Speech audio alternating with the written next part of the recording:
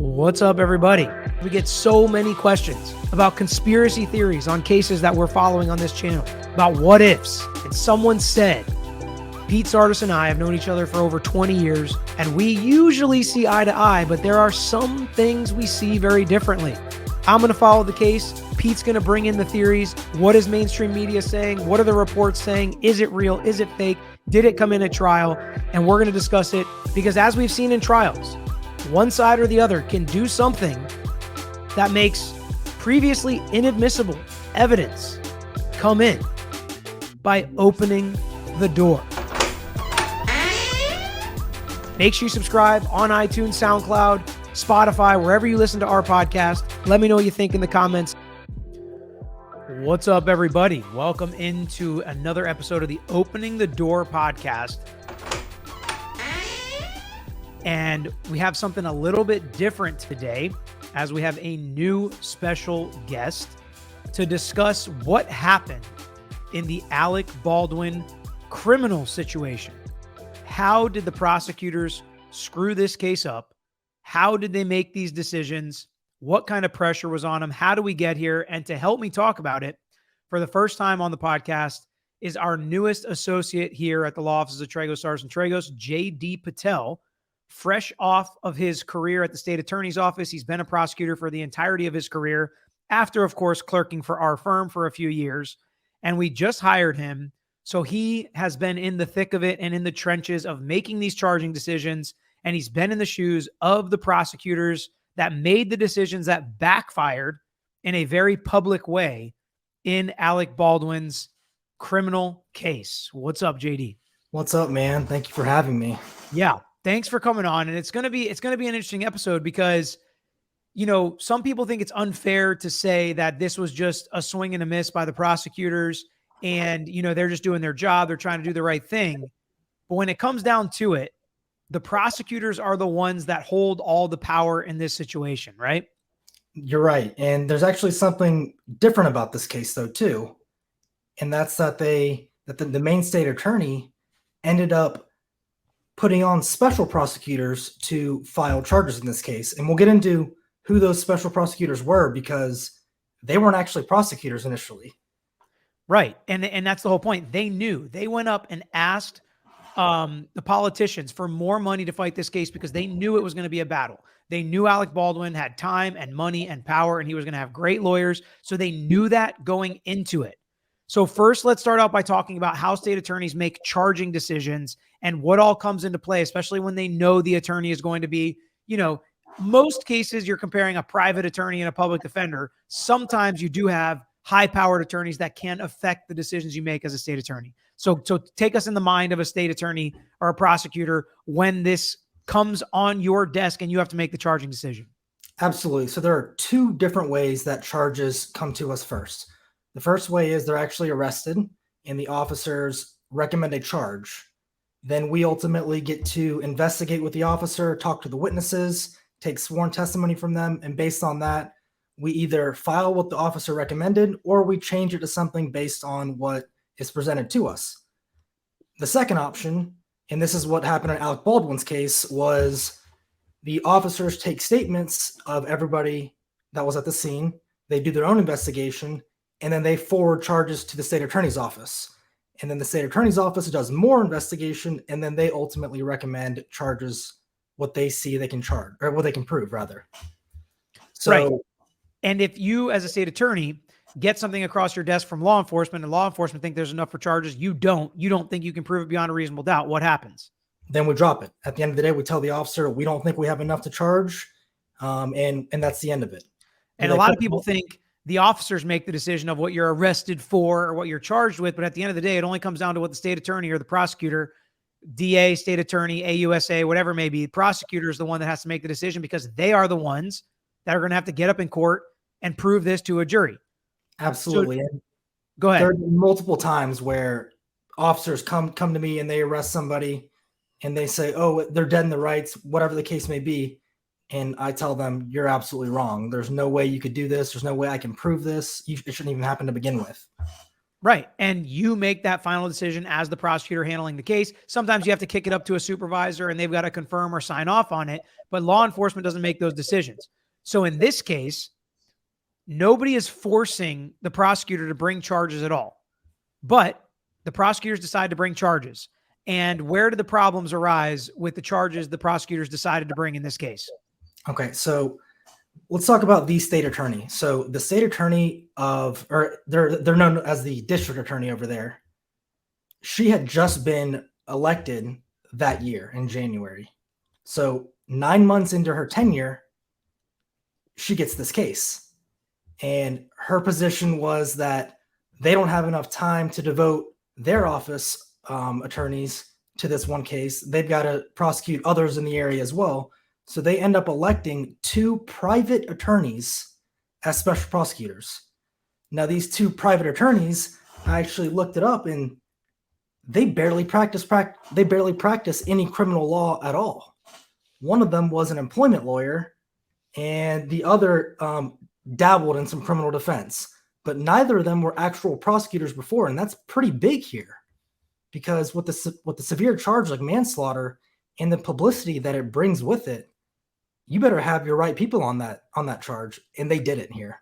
Well, the first special prosecutor they appointed was actually a politician who then ended up stepping down after the criminal defense attorneys came out and said it's improper for you to come and have this case with your position in politics. They first just bucked that, but then she did end up stepping down, and then they appointed these 2 special prosecutors that you're talking about. So they literally misstepped every possible way they could in this case, who they appointed, when they appointed them, and they had egg on their face over and over again.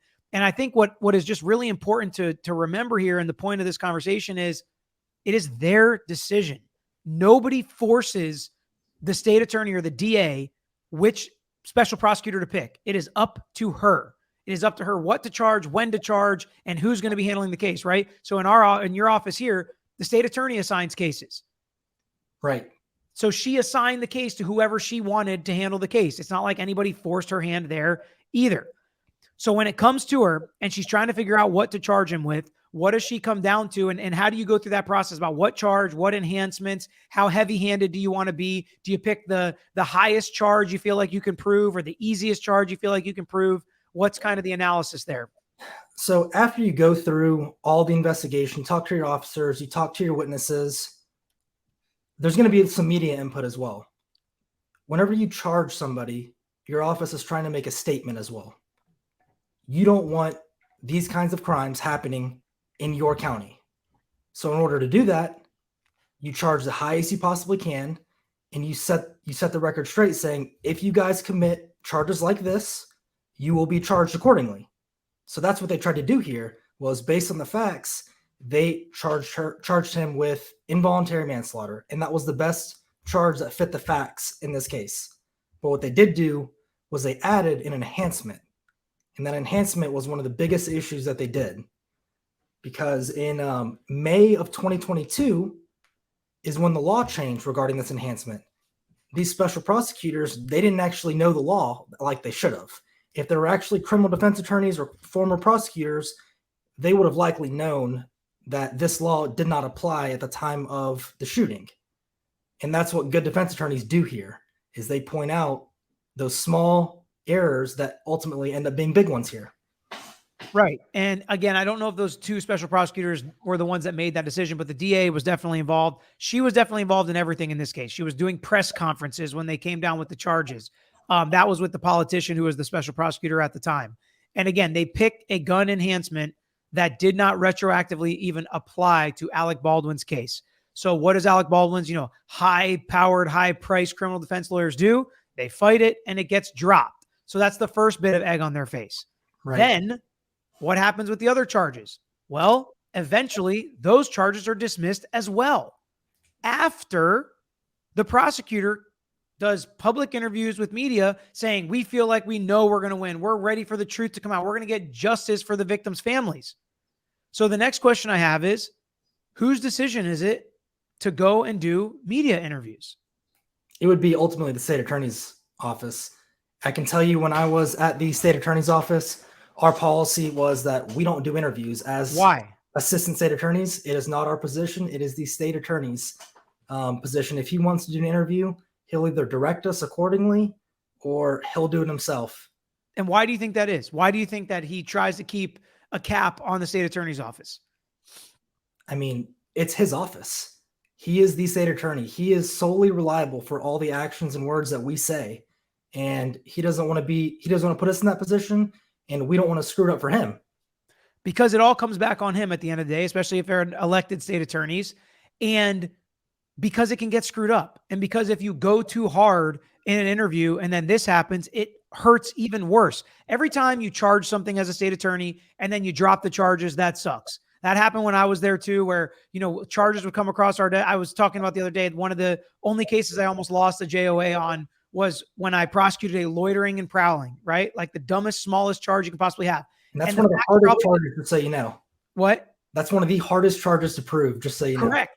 Exactly. And that's why we almost lost JOA. We barely got through it. I was literally Googling dictionary.com for certain definitions on my phone at trial. We got past JOA. We won the trial and it got overturned on appeal. Okay.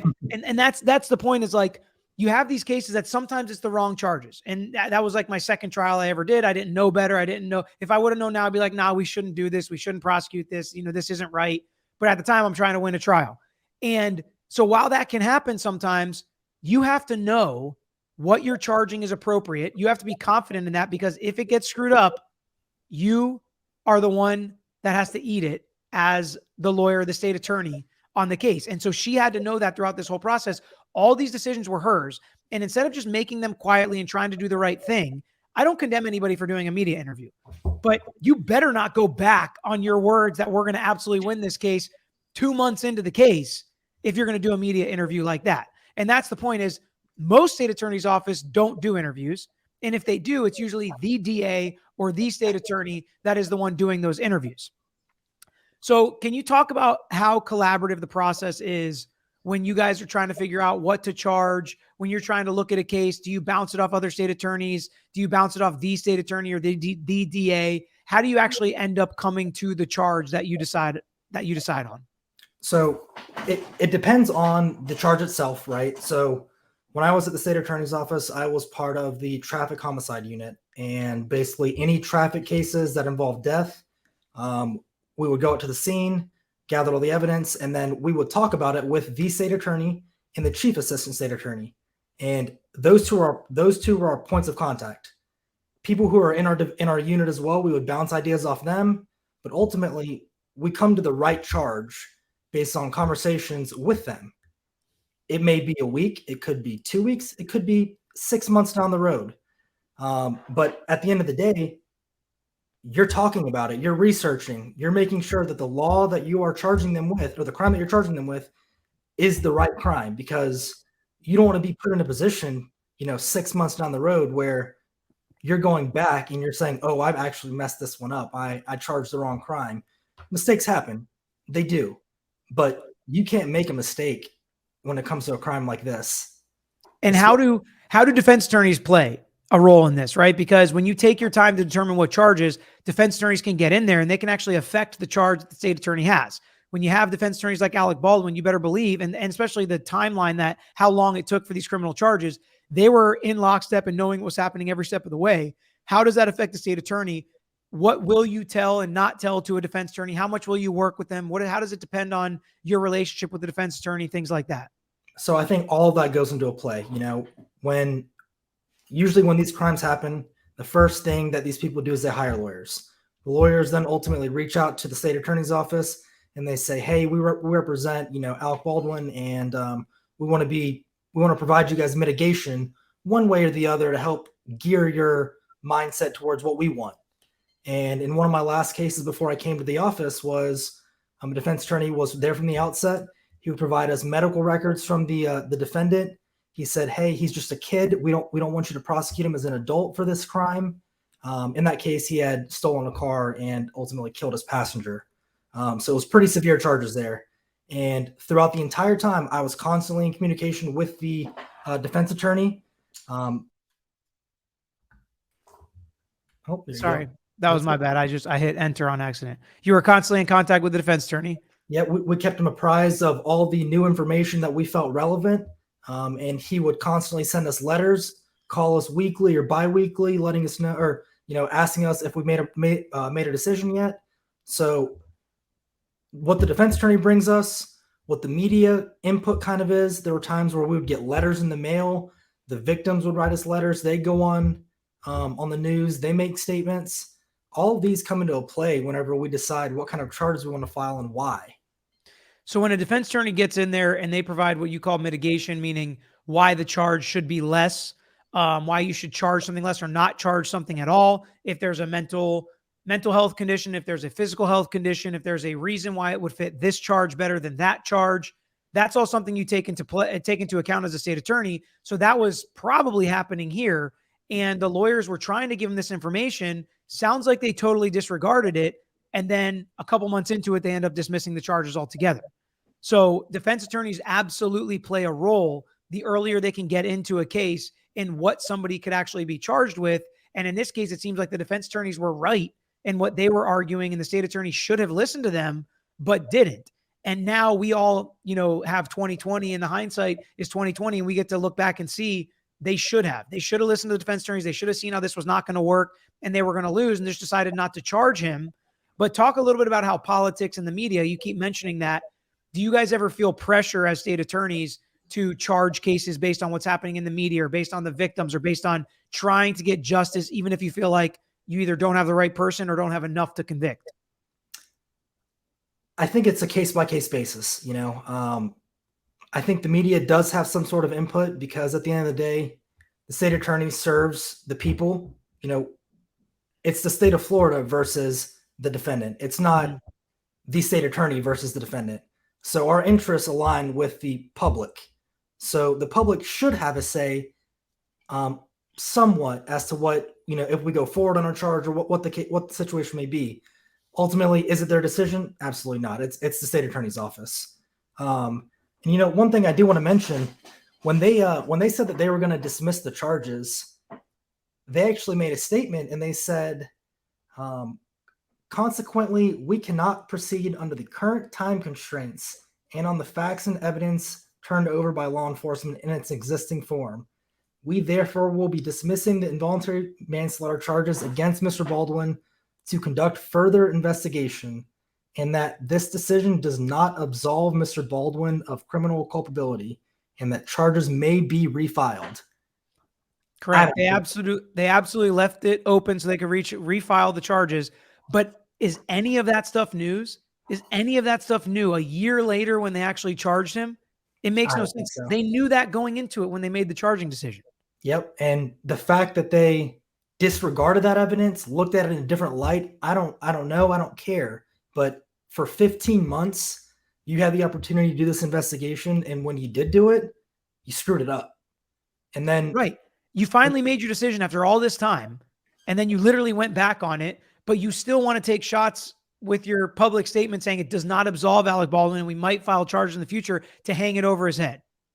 Right. There's no way they do that. I mean, especially after the fact. I think the way this office has been run, I don't want to say it's an embarrassment, but it's an embarrassment, right? I mean, it's embarrassing for sure. There's no other way to look at it, especially the public nature that this happened in. And that leads me to my kind of the last question, which is, when something like this happens, maybe it didn't happen to you, maybe it didn't happen to the state attorney here, it definitely didn't happen on as high profile of a case here in Pinellas County, but when something like this would happen, where an assistant state attorney disregards something they shouldn't have, they end up having to drop charges or dismiss charges, or they charge the wrong guy or gal, and it comes back through the state attorney's office, how is it handled? How is it looked at? What's the scuttlebutt around the office when something like this happens? I mean, it's definitely drama around the office. I guess it really depends on who the person is that ultimately filed the charge. If it's a lower level attorney, maybe misdemeanor, or, a lower felony person, the likelihood of them getting a case like this is obviously pretty slim. Right. Usually the people that have seniority and have been there for a long period of time, they should know better, right? Again, this is a little bit different of a situation because these were special prosecutors brought out. So the fact that they were in private law before, that shouldn't have happened to begin with. That would never happen here. The fact that it even happened to begin with is just outrageous to me. Yeah, I think it comes down to, like, prosecutors lose trials all the time. You go to trial, you lose, you come back, you talk about it, it sucks. It's like, what could I have done different? What could I do better? Right. Whatever. But this is different. You chose these charges publicly said you were going to win. The other side publicly said no shot. The other side is publicly right when you dismiss them, and then you still try to hold on. To me, if you come back and you talk about it in this office, it's like, what are you doing? This can never happen again. This is unacceptable. Like, this is something that whoever runs against her in the future is going to talk about. The Absolutely. wasted time and resources, like taxpayer dollars, were wasted on 3 different special prosecutors and attorneys and law enforcement investigating and pushing these charges that they then decided to drop. Even if, listen, investigation's important, law enforcement's important, the state attorneys doing their job, making the charging decision, all of that is important.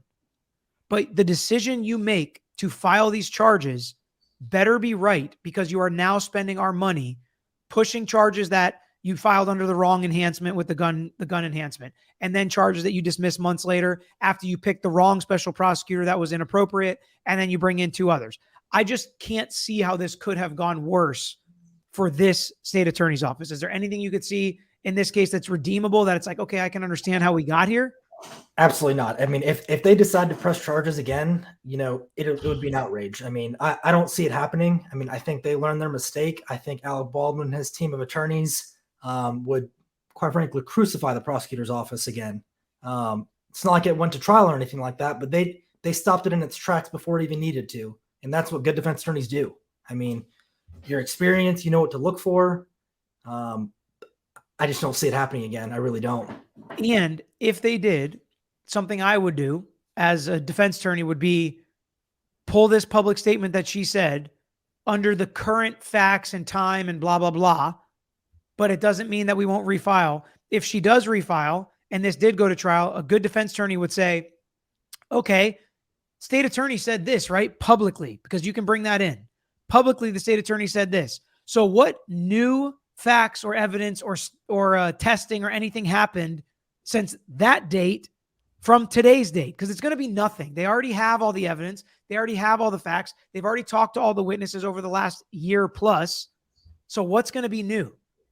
It's not. And that's the thing, and that's kind of the worst part about prosecutors sometimes is you're dealt the cards you're dealt, right? Right. You don't get to make cards. You don't get to pull cards out of your sleeve. Like, you make do with what you got, and it is what it is.